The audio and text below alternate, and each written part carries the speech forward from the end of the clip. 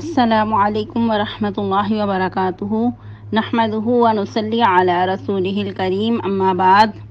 امید کرتے ہیں آپ تمام سسٹرز خیر و عافیت سے ہوں گی اور ایمان کی بہترین حالت میں ہوں گی۔ اللہ رب العزت سے دعا ہے آپ کی طرف ہر بڑھنے والا شر خیر میں بدل دے، آمین آمین۔ پیارے سسٹرز، ہم لوگ سورہ نساء کی آیہ مبارکہ 30 تک ٹرانسلیشن اور آیہ مبارکہ 28 تک تفسیر کا لیسن پڑھ چکے تھے۔ آج مزید دو آیہ مبارکہ کی ٹرانسلیشن کریں گے اور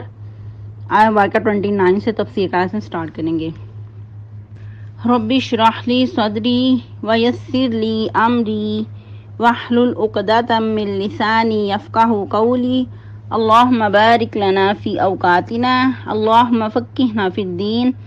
اللہم انی اسألک الہدی والتقی والعفاف والغنی اللہم الہمنی رشدی واعذنی من شر نفسی۔ اعوذ باللہ من الشیطان الرجیم، بسم اللہ الرحمن الرحیم۔ آیہ مبارکہ 31۔ ان تجتنبوا کبائر ما تنہون عنہ نکفر عنکم سیئاتکم وندخلکم مدخلا کریما ولا تتمنوا ما فضل اللہ بہ بعضکم علی بعض للرجال نصیب مما اکتسبوا وللنساء نصیب مما اکتسبن واسألوا اللہ من فضلہ ان اللہ کان بکل شیء علیما۔ ٹرانسلیشن: ان تجتنبوا، اگر تم اجتناب کرو گے یا اگر تم بچو گے، کبائر، بڑے بڑے گناہوں سے، ما تنہون عنہ، جس سے تمہیں منع کیا جاتا ہے اس سے، نکفر عنکم، ہم دور کر دیں گے تم سے، سیئاتکم، تمہاری برائیاں، وندخلکم، اور داخل کریں گے تم کو، مدخلا کریما، داخل کرنا عزت کی جگہ، ولا تتمنوا، اور نہ تم آرزو کرو، ما فضل اللہ بہ بعضکم علی بعض، جو فضیلت دی اللہ نے بعض تمہارے کو بعض پر،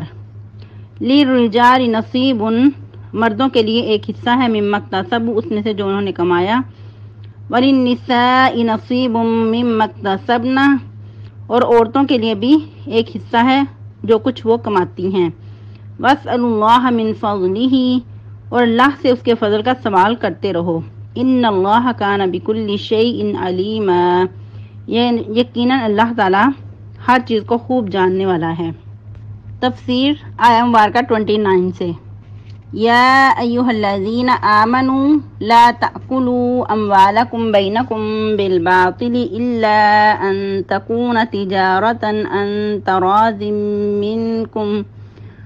ولا تقتلوا انفسکم ان اللہ کان بکم رحیما۔ جیسا کہ ہم لوگ سورہ نساء پڑھ رہے ہیں اور سورہ نساء اسپیشلی معاشرے کی اصلاح کے لیے نازل کی گئی، تو جیسا کہ ہم پہلے عورتوں کے حقوق کے بارے میں بات کر رہے تھے اور آیہ مبارکہ 28 تک ہم پڑھ چکے، اور کافی زیادہ خواتین کے اسپیشلی بچیوں کی اور یتیم اور بیواؤں کے جو حقوق پامال کیے جاتے تھے اس پہ بات کی گئی۔ اب مزید انسان کی جو کمزوری ہے مال، اس کی اصلاح کے لیے اللہ رب العزت نے مزید آیہ مبارکہ نازل کر کے تو احکامات واضح کر دیے کہ اپنا مال کس طرح حاصل کرنا ہے اور کس کس طریقے سے دور رہنا ہے۔ تو آئیے دیکھتے ہیں اللہ رب العزت کتنے خوبصورت انداز میں مومنین کو مخاطب کر رہے ہیں۔ اور پہلے بھی آپ لوگوں نے بارہا سنا کہ سیدنا عبداللہ بن عباس فرماتے ہیں کہ جب یا ایھا الذین آمنوا کا ورڈ آئے تو ادھر رک کر دیکھا کرو کہ اللہ رب العزت مومنین کو مخاطب کر رہے ہیں اور اسپیشلی کوئی یہ بہت اہم مسائل ہیں۔ تو ادھر بھی اللہ رب العزت کیا فرما رہے ہیں، اے ایمان والو، نہ کھاؤ اپنے مالوں کو آپس میں باطل طریقے سے۔ اور یہ باطل طریقے کون سے ہیں؟ یعنی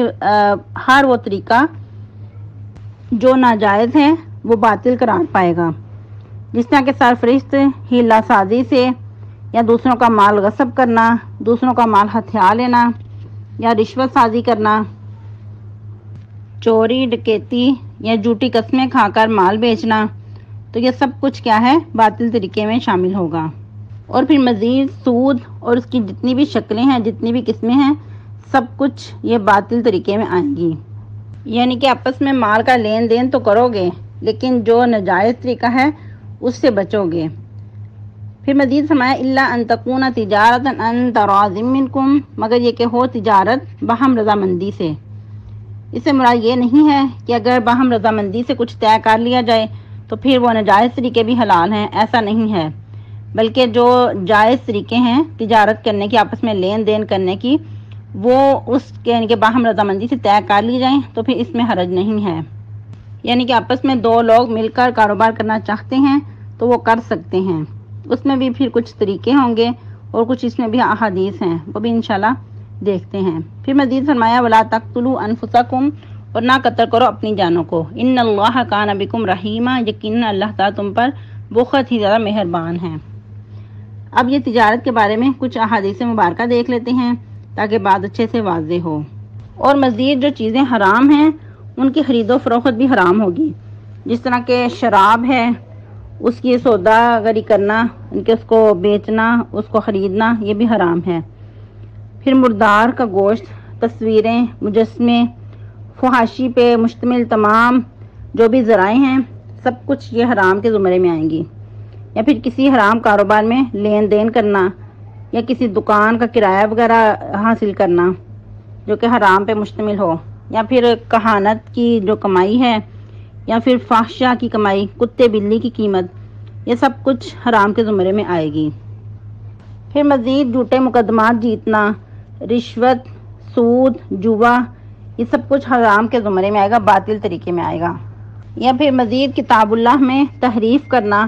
اور غلط فتووں سے مال بٹورنا، جس طرح کہ یہود کے علماء کیا کرتے تھے، جو کہ آپ پہلے بھی بارہا پڑھ چکے ہیں، تو یہ سب کچھ حرام کمائی میں آئے گا۔ یہ باطل طریقے سے کمائی ہوئی کمائی وہ حرام ہوگی۔ نبی رحمت صلی اللہ علیہ وسلم کے کچھ فرمان مبارکہ دیکھ لیتے ہیں، جس طرح کہ سیدنا ابو امامہ باہلی فرماتے ہیں کہ آپ صلی اللہ علیہ وسلم نے فرمایا جو شخص قسم کھا کر کسی مسلمان کا مال ہتھیانا چاہتا ہے، یعنی کہ حق مارنا چاہتا ہے، اس کے لیے جہنم واجب ہو گئی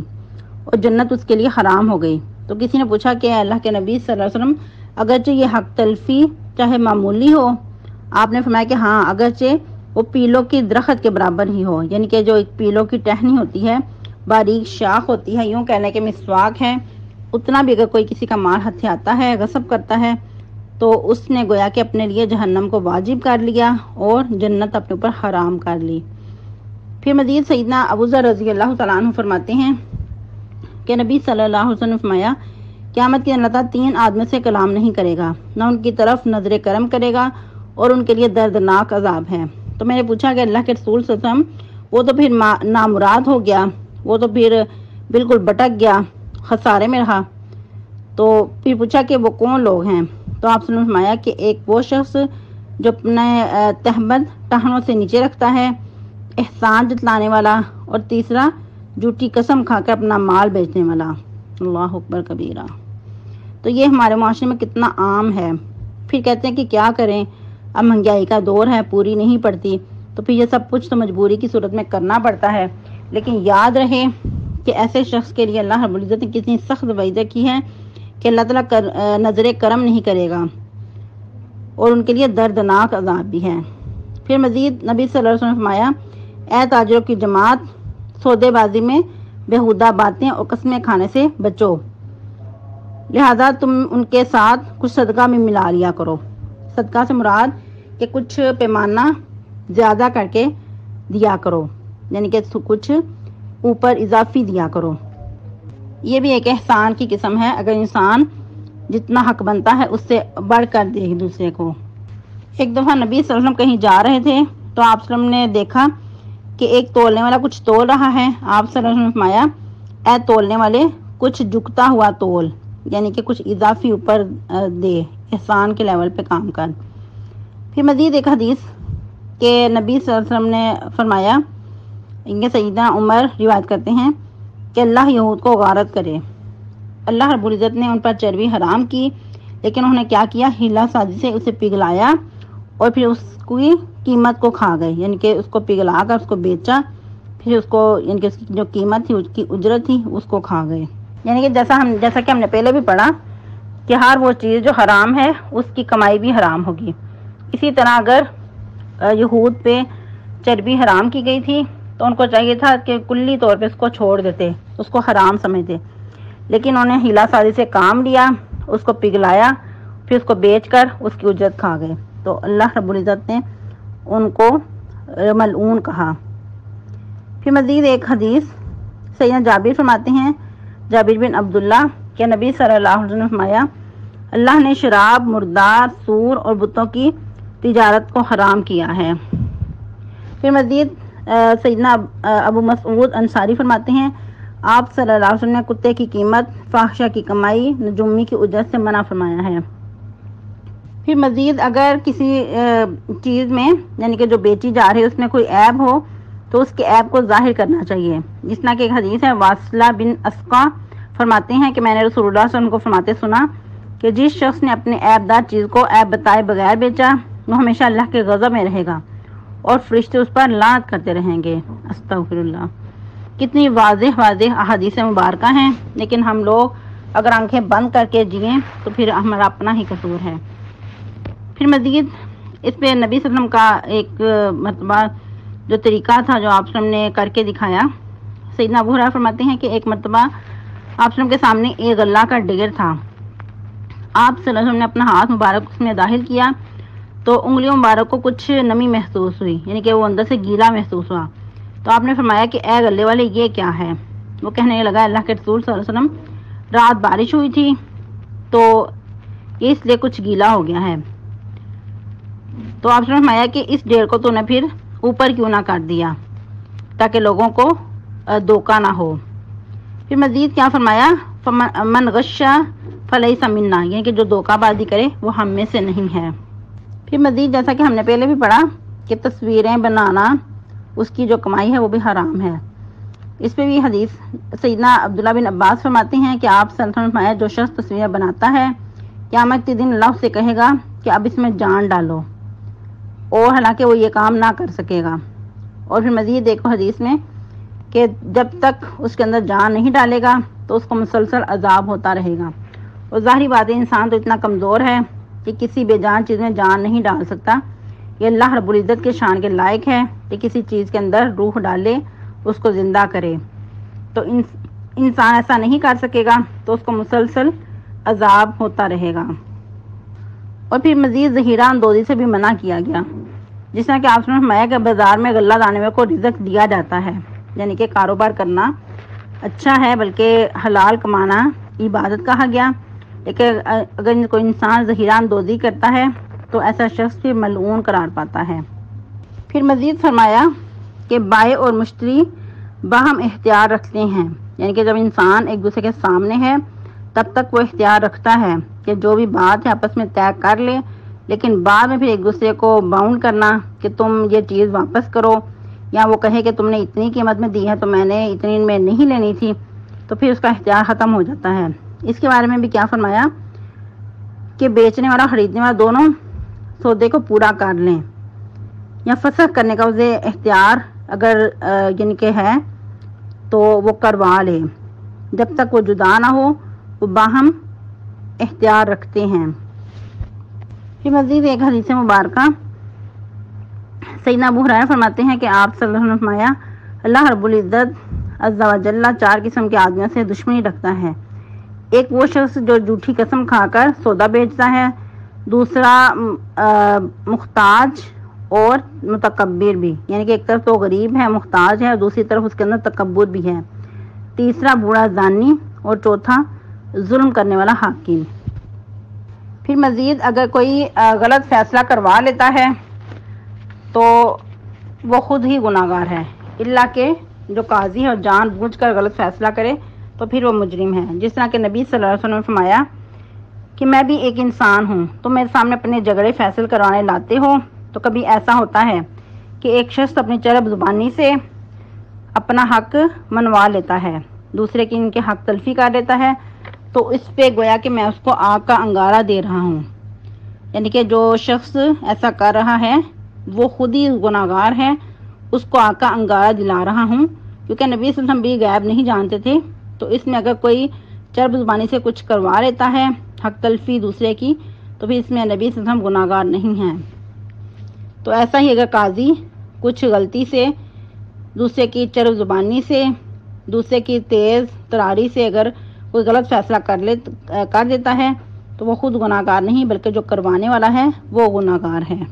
پھر مزید نبی صلی اللہ علیہ وسلم نے کسی جانور جو کہ مادہ ہے اس کے دودھ روکنے سے منع فرمایا ہے، یعنی کہ اگر کوئی جانور کو بیچ رہا ہے، اس کو پتا ہے کہ میں نے بیچنا ہے، تو وہ بلا وجہ اس کا دودھ نہ دوئے کہ بظاہر دکھنے کو یہ لگے کہ یہ جانور بہت دودھ دینے والا ہے، تو اس سے بھی آپ نے منع فرمایا ہے۔ اس میں بھی پھر آپ نے خریدنے والے کو رائٹ دی ہے کہ اگر کوئی اس طرح لے لیتا ہے، اس کا دودھ دو لیتا ہے، تو پھر اس کو اختیار ہے، چاہے اس کو رکھ لے چاہے واپس کر دے، لیکن ایک بات یاد رکھے کہ اگر اس کو واپس کرتا ہے تو اس کے ساتھ پھر ایک سا کھجور بھی دے، کیونکہ اس نے جو اس کا دودھ دویا تھا تو اس کے بدلے میں اجرت کے طور پہ ایک سا کھجور بھی ساتھ دے۔ پھر آپ نے مزید کچھ کاروبار کی ایسی اقسام تھی جو اس وقت رائج تھیں، اس سے منع فرمایا، جیسا کہ بے مزابنہ سے منع کیا، پھر بے محاکلہ سے منع کیا، پھر مزید آپ صلی اللہ علیہ وسلم نے بے ملامسہ سے منع کیا اور بے منابضہ سے بھی منع کیا۔ یہ آپ نے اس کی وضاحت بتانی ہے کہ یہ کون کون سی بے تھیں جو اس وقت رائے تھیں اور آپ نے کیوں ان سے منع کیا تھا، یہ آپ لوگوں کا ہوم ورک ہوگا۔ پھر آپ صلی اللہ علیہ وسلم مزید فرمایا کہ جو شخص بیع سلم کرے تو مال پر قبضہ کرنے سے پہلے کسی دوسرے کی طرف یہ سودا منتقل نہ کرے، یعنی کہ جو شرط رکھی گئی تھی اس کو پورا کرنے سے پہلے وہ سودا مزید آگے نہ بیچے۔ پھر مزید سیدنا عبداللہ بن عباس فرماتے ہیں کہ آپ صلی اللہ علیہ وسلم مدینہ تشریف لائے تو لوگوں کو دیکھا کہ 1 یا 2-3 سال کے لیے پیشگی سودے کر لیا کرتے تھے، تو آپ نے فرمایا کہ جو شخص کسی چیز کا پیشگی سودا کر لیتا ہے تو اسے چاہیے کہ مقررہ ناپ اور مقررہ وزن میں اور مقررہ مدت تک سودا کرے۔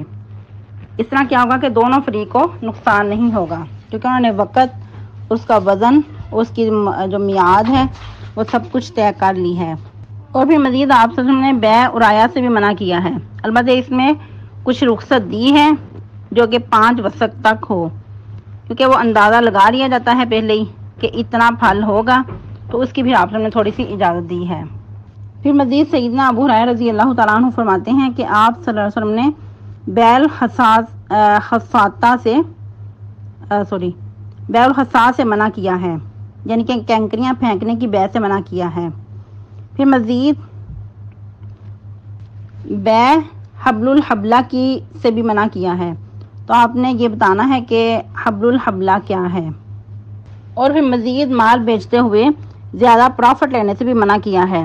البتہ اس میں محمد بن سیرین جو کہ تابعی تھے، بہت جلیل القدر تابعین میں سے تھے، فرماتے ہیں کہ 10 کا مال 11 میں بیچنے میں کوئی حرج نہیں ہے،